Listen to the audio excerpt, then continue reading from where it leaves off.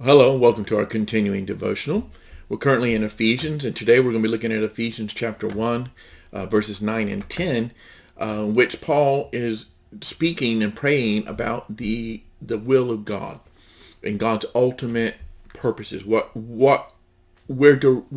creation and God's will is headed. And here's what it says in verses 9 and 10.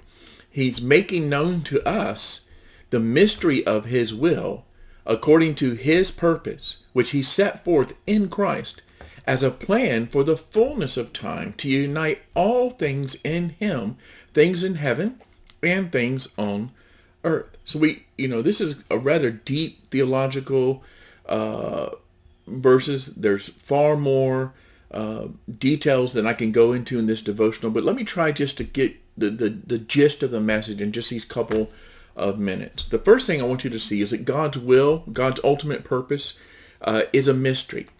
Whenever the Bible speaks about a mystery, it doesn't mean something that we don't know. It just means something that must be divinely revealed.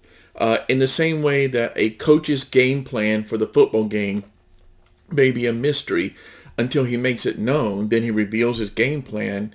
That's what God has done for us. And the mystery of what God is doing in the context of Ephesians here is it was a mystery of who God was going to use, Jesus, whom God was going to save, both Jews and Gentiles, that would not be limited to one ethnic group, and how God was going to save through the sacrifice of his own son and by pouring out of his grace. And all of this was in the Old Testament. It was revealed there, but it was kind of obscure. People didn't get it until Jesus came and everything our eyes were opened and the enlightenment came.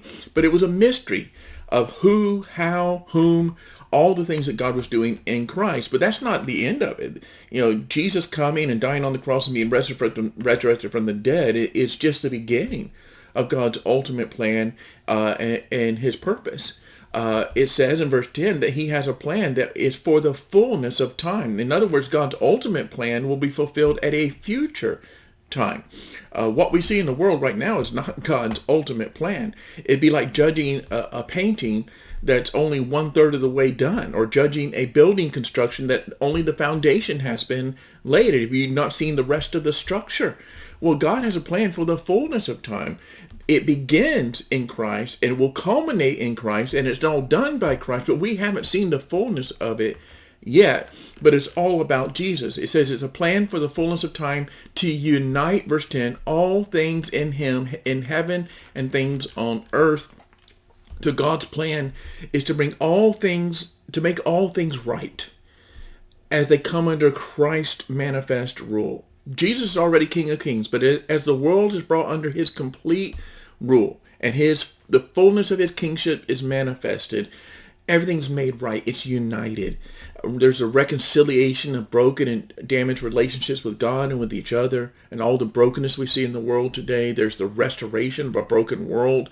There's earthquakes and hurricanes and disease and crime. It's a mess. But God is working, and through Christ, in the fullness of time, the mystery of his will be fulfilled in Jesus, which is a fully united, fully restored, fully reconciled world under the authority and the kingship of Jesus Christ. So we have something to look forward to, and I hope you will do that. Have a blessed day.